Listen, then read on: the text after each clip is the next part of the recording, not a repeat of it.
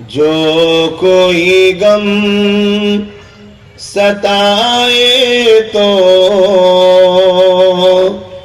Medina याद कर लेना।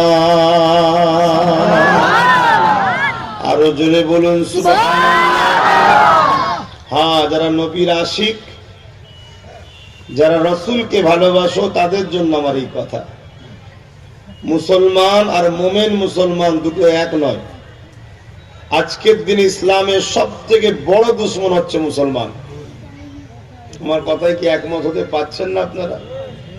আজকের দিনে ইসলামের এবং আমাদের পরের জেনারেশন এই বাচ্চাগুলোর সবথেকে বড় দুশমন হচ্ছে মুসলমান।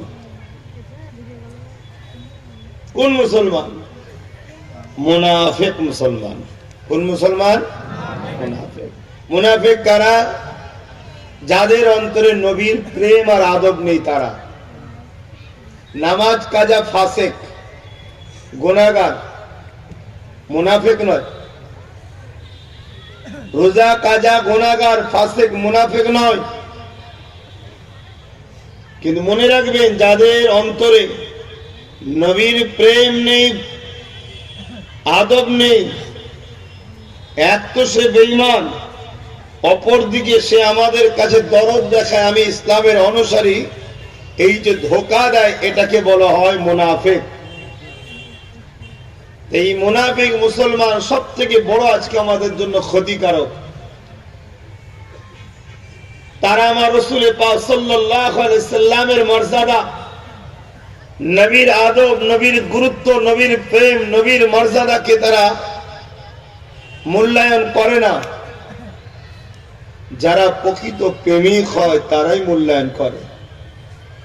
তাই আমি আপনাদের বলবো, যারা রাসূলকে ভালোবাসেন, যখন কোনো দুঃখ কষ্ট আসবে রাসূলকে ইয়াদ করবেন। জোরে বলুন সুবহানাল্লাহ। সংসার জীবনে হোক, ব্যবসা জীবনে হোক, রাষ্ট্র জীবনে হোক, রাজনীতির জীবনে হোক, পরিবার নীতির জীবনে হোক, এডুকেশন নীতির জীবনে হোক, কর্মনীতির জীবনে হোক, বা কোন রকম বাধায় রাসূলকে ইয়াদ করবেন, অর্থাৎ নবী পাক সাল্লাল্লাহু আলাইহি সাল্লামের জীবনীর দিকে ফলো করবেন। দেখবেন এমন কোন না কোন ঘটনা আমার রাসূলের সঙ্গে ঘটেছে, ওইটাকে দেখে আপনি মনে সান্ত্বনা পাবেন। জোরে বলুন সুবহানাল্লাহ। যেমন ধরুন, আপনি ভালো কাজ করছেন, গরিবদের পক্ষে কথা বলছেন, অসহায়দের পক্ষে কথা বলছেন, এতিমদেরকে সাহারা দিতে চাইছেন, মজলুমের পাশে দাঁড়াচ্ছেন, জালিমদের বিরুদ্ধে লড়ছেন। ঠিক এই সময় আপনার উপরে অত্যাচার হয়েছে, জুলুম হয়েছে, ঘর ছাড়া হয়েছে, আপনি মনকে সান্ত্বনা দেবেন, আরে আমি কে? আমার নেতা দোনোজাহানের সুলতান হযরত নবী মুহাম্মদ রাসূল যখন মক্কার অত্যাচারী জালিমদের বিরোধী বলেছিল, তখন আমার রাসূলকেও ঘর থেকে হিজরত করে ইয়াসরিব মদিনাতে চলে যেতে হয়েছিল। জোরে বলুন সুবহানাল্লাহ। মন সান্ত্বনা পাবে না? পাবে না? যখন ক্ষুধার্ত লাগবে, অভাব সংসার, এমন তো কোনো অভাব নেই যে খাওয়া হয় না, হয়তো একটু ভালো মন্দ হয়নি, তখন মনকে বলবেন যে আমার নবী 3 দিন পেটে পাথর বেঁধেছিল না খেয়ে, আমি তো না হয় একবেলা ভালো মন্দ হয়নি। মনের মধ্যে দেখবেন একটা তৃপ্তি, শান্তি আসবে। জোরে বলুন সুবহানাল্লাহ। যে কোনো দিক দিয়ে আল্লাহ রাসূল আমাদের জন্য মডেল। যা ঘটনা ঘটেছে এ শুধুমাত্র আমাদেরকে শিক্ষা দিবার জন্য। আসেন, যুগ যুগ ধরে ইতিহাস চলতেই থাকবে। তাই যখনই কোনো কষ্ট হবে রাসূলকে ইয়াদ করবেন, নবী মদিনাকে ইয়াদ করবেন। जो कोई गम सताए तो मदीना याद कर लेना। সূর্যও দেখা দিয়েছে, বলুন আলহামদুলিল্লাহ। কে আমাদের খেদমত করে জানেন তো নাকি? ওর থেকেও আমরা দামি, জানেন তো নাকি? হ্যাঁ, সূর্যের থেকেও আমরা দামি। কারা? মোস্তফার গোলামরা, মোস্তফা জাহানুর আহমদের গোলামরা। মানুষই শ্রেষ্ঠ, মানুষই নিকৃষ্ট। উলাইকা বালহুম আদাল। চতুষ্পদ জন্তুর থেকেও নিকৃষ্ট মানুষ আছে না নাই? এমনও মানুষ যে মাকে হত্যা করে, বাপকে হত্যা করে, চতুষ্পদ জন্তুর থেকেও নিকৃষ্ট তারা।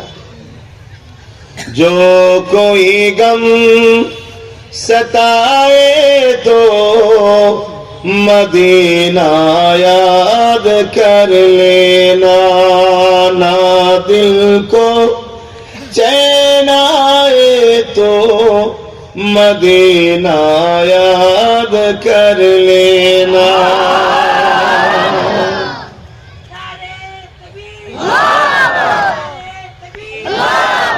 उमर जिंदगी में दुख के दिन तो आई जाती है,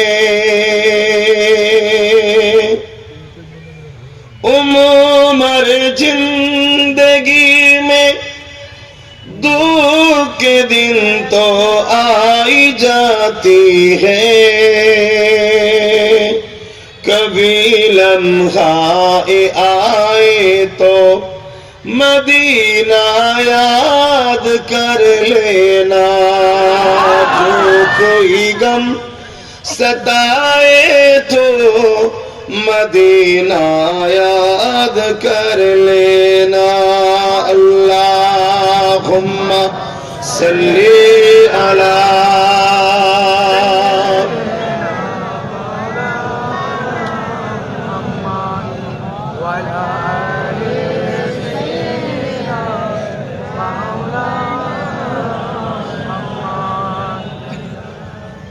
सुना है मुश्किलों में कोई साथ नहीं चलते,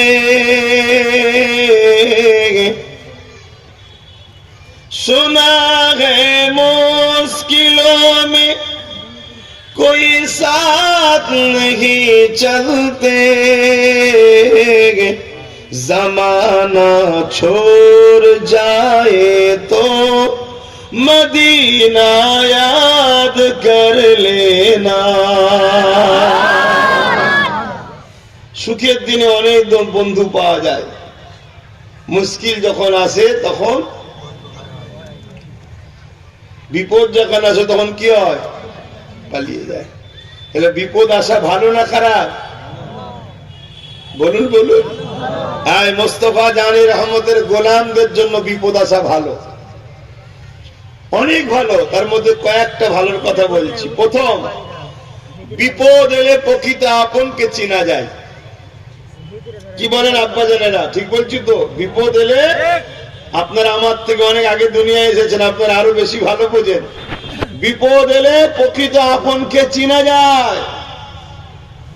আর বিপদ এলে বেশি বেশি করে আল্লাহকে ডাকাও হয়। জোরে বলুন সুবহানাল্লাহ।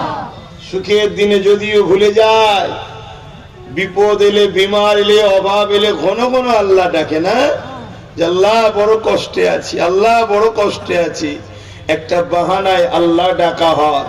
তাই বিপদ তুমি মাঝে মাঝে এসো, আসা ভালো, আসা ভালো, খারাপ নয়।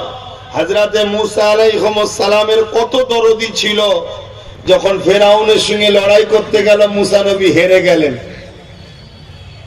মুসা নবী হেরে গেলেন। মুসা নবীর সাথে যারা ছিল তারা বলছে, মুসা তুমি নবী হয়ে হারলে কেন? মুসা নবী বলছে, ঠিক আছে, কেন কি রহস্য আল্লাহ ভালো জানে।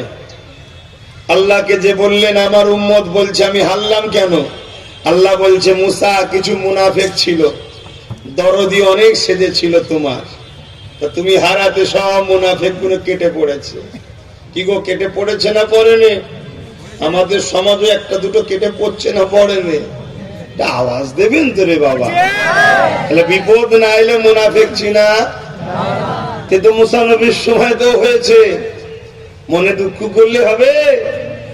হ্যাঁ, জিন্দেগিটা আল্লাহ দিয়েছে, এ জিন্দেগি আল্লাহর রাহে কুরবান করো। সবকিছু আল্লাহর। দুনিয়ায় কে কোন দিকে যাচ্ছে, কে বলছে, কি করছে দেখে লাভ নাই। আর বাধা যত আসবে জানবে তত তোমাকে দুশ্মন মজবুত তৈরি করছে। কেন? কামার যখন লোহাকে আগুনে দেয় আর পেটে, লোহা তখন কামারকে খুব ভুল বোঝে। কি বোঝে না?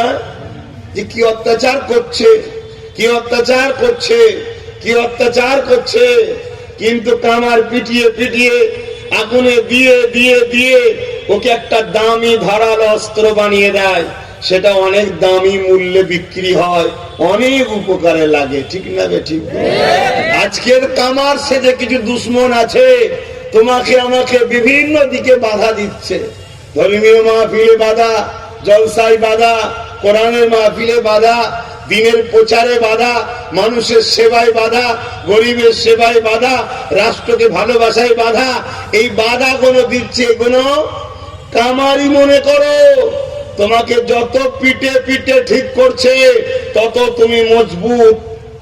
একটা ভারতের বা আমার ইসলামের মজবুত পিলার খুঁটি তৈরি হচ্ছে। জোরে বলুন সুবহানাল্লাহ। ঘাবড়াচ্ছ কেন? কোথা থেকে এসে কোথায় বলে যাই বুঝতে পারো না? হ্যাঁ, রাত বিরোধ রাস্তাঘাটে ঘুরে বেড়ায়, কোনো মায়ের লালকে ভয় করি না। কেন? আমি জানি কেউ আমায় বানায়নি, কেউ আমার কিছু করতে পারবে না। আমার মালিক যেটা আমার জন্য লিখে রেখেছে সেটা হবে। আমার মালিক যদি পছন্দ করে আব্বাস সিদ্দিকীর জিন্দেগিতে এটা দেবো, দিবার পরে আব্বাসকে পরীক্ষা করে পরকালে জান্নাত দেবো, ওটাকে আমায় খুশি মনে মেনে নিতে হবে। আমাদের বাপ হযরত ইব্রাহিম আলাইহিস সালামকে আল্লাহ পরীক্ষা করেছে না করেনি? আওয়াজ দিয়ে বলবে।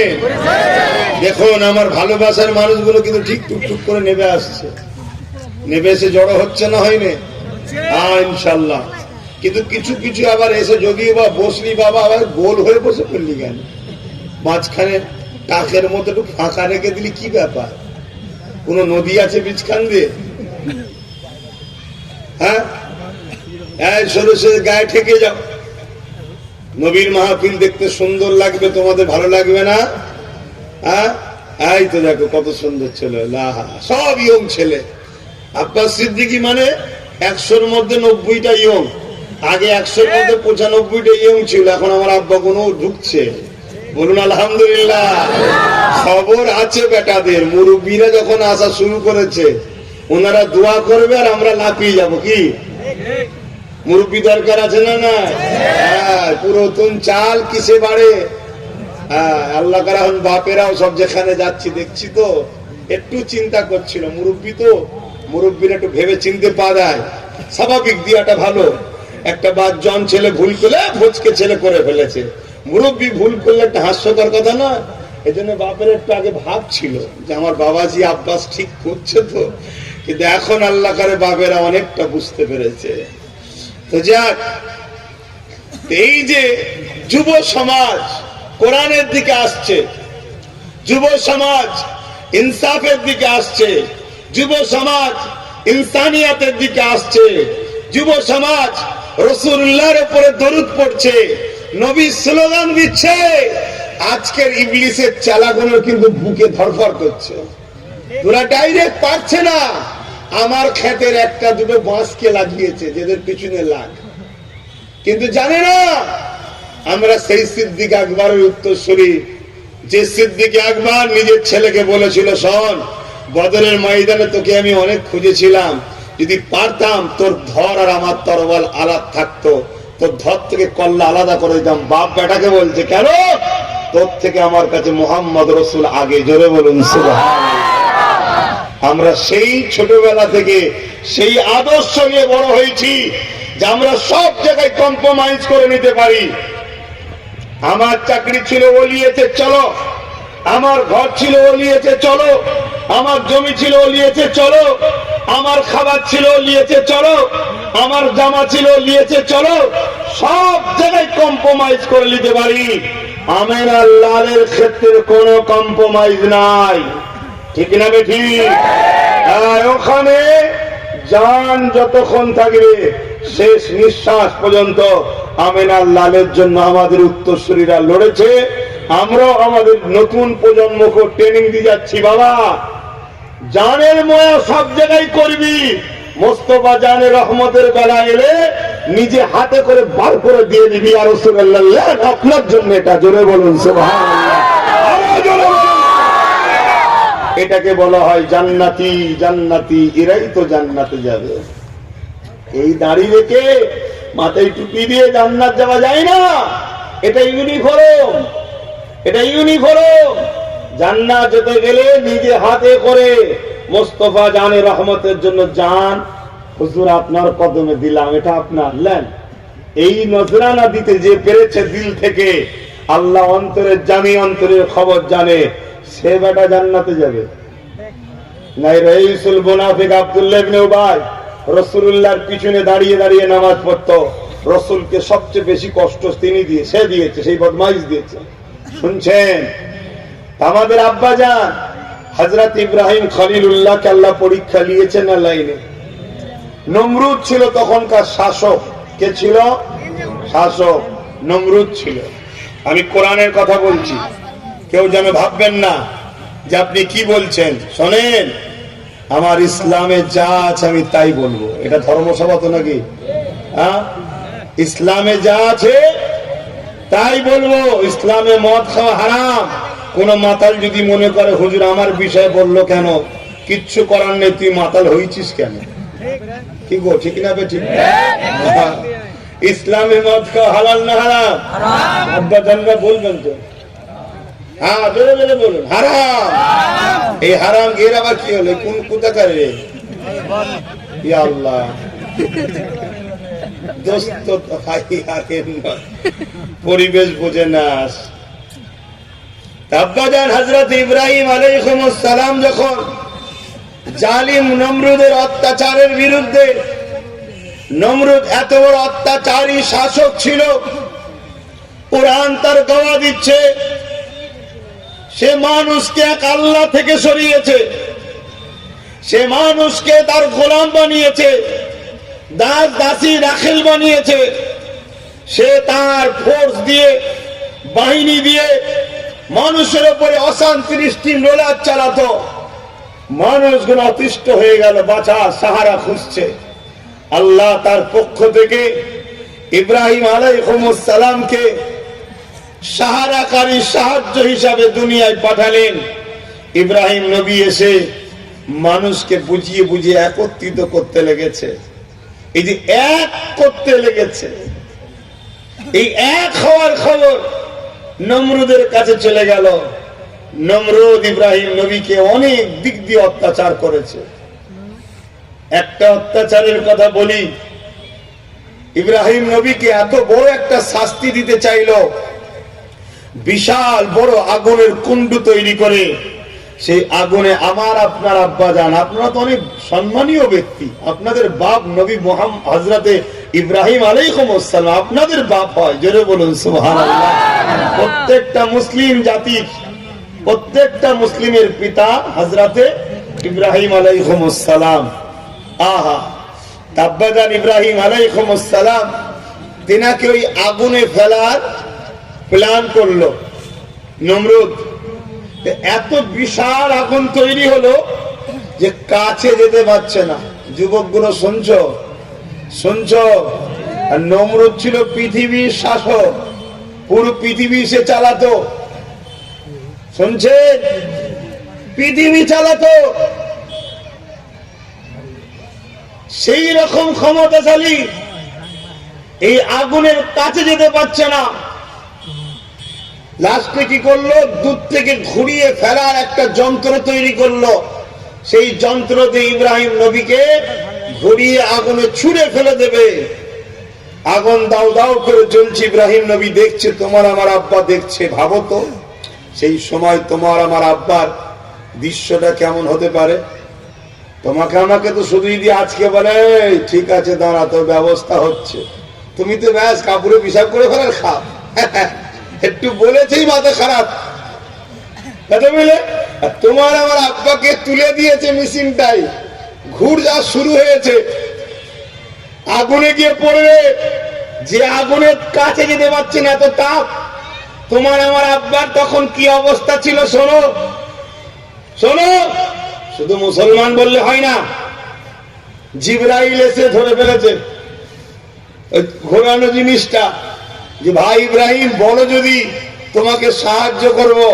তোমার আমার আব্বা ইব্রাহিম কি বলেছিল, এই ভাই জিবরাইল চলে যাও, ডিস্টার্ব করুনি, কঠিন পরীক্ষা চলছে, আমি যে আল্লাহকে ভালোবাসি, আমার আল্লাহ আমায় পরীক্ষা নিচ্ছে, চলে যাও, ডিস্টার্ব করো না।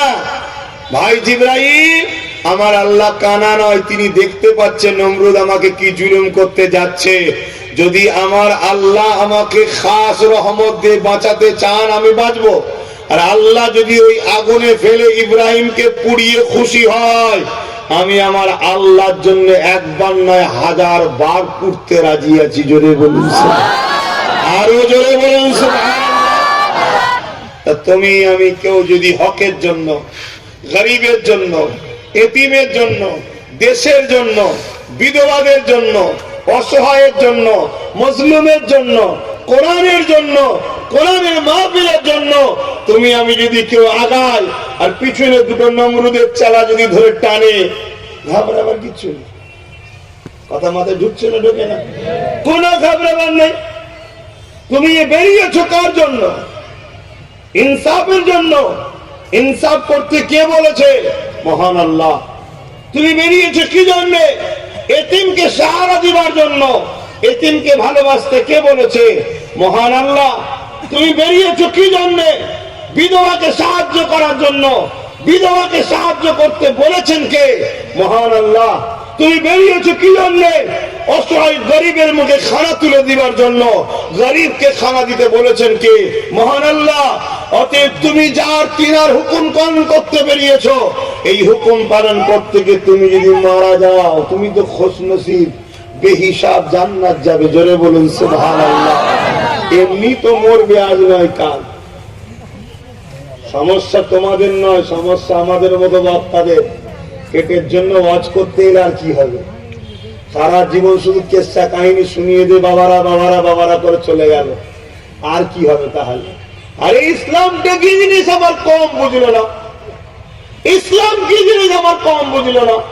যখন আমি রাষ্ট্রপ্রেমের কথা বলি আমার কম টেনশনে পড়ে যায় যে জলসায় কথা বলবে কেন। আরে মূর্খ, রাষ্ট্রকে ভালোবাসা আমেনার লালের সুন্নাত। জোরে বলুন সুবহানাল্লাহ। দেশকে ভালোবাসলে নেকি হয়। জোরে বলুন সুবহানাল্লাহ। দেশকে ভালোবাসলে আল্লাহ খুশি হয়। জোরে বলুন সুবহানাল্লাহ। এটাই আমার কম বোঝে না।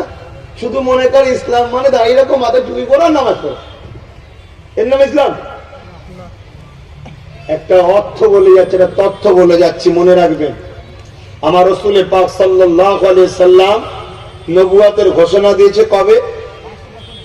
40 বছর বয়সে। এসেছেন কবে? 570। তো 570 আর 40 হলে কত হয়? 610। নবী মেরাজে গেছে কবে? নবী মেরাজে গেছে কবে? 621। 621। এই বীজখানে তাহলে 10 আর 21 এর বীজখানে কত থাকে? 11। মেরাজ থেকে তো নামাজ রোজা এনেছে, তার আগে তো নামাজ ফরজ ছিল না। উম্মতে মুহাম্মাদীর জন্য ফরজ ছিল না। তাহলে বলো এ করো, 11 বছর রাসূল কি করেছে?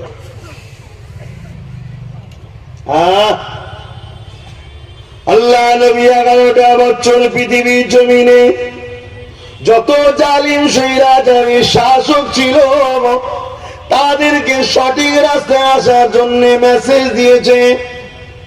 যারা এসেছে আলহামদুলিল্লাহ, যারা আসেনি তাদের বিরুদ্ধে নবী আমার সংগ্রাম করেছে। এই পৃথিবীর গরিব গুলোকে সাহারা দিয়েছে, এই পৃথিবীর দিনগুলোকে আশ্রয় দিয়েছে, এই পৃথিবীর বিধবা গুলোকে মর্যাদা দিয়েছে। এক কথায় এই পৃথিবীর বুকে যে জুলুম অত্যাচার চলছিল, ওই জুলুম গুলোকে বন্ধ করে আল্লাহ নবী 11টা বছর ধরে পৃথিবীর সন্ত্রাসকে খতম করেছে, পৃথিবীর জুলুমকে খতম করেছে, পৃথিবীর বেইনসাফিকে খতম করেছে, পৃথিবীর মিথ্যাকে খতম করেছে। পৃথিবীর জমিনে যত বদমাইশ ছিল তাদেরকে মিটিয়ে দিয়ে এই পৃথিবীর জঙ্গল পরিষ্কার করে শান্তি আমান প্রতিষ্ঠিত করেছিলেন। যুবকেরা, তরুণেরা, বাবেরা, এই পৃথিবীর অন্যায় অত্যাচার জুলুম বন্ধ হয়ে যাবার পর আমার আল্লাহ আমার নবীকে ডাক দিলেন, হাবিব আসুন। দাওয়াতে নিয়ে গিয়ে দিদার দিলেন এবং বললেন ওই পৃথিবীর জঙ্গল তো পরিষ্কার হয়ে গেছে, এবারে পরিষ্কার জমিনের উপরে আপনি আপনার ভালোবাসার মানুষদের নিয়ে নামাজ রোজা দিনটা কায়েম করুন।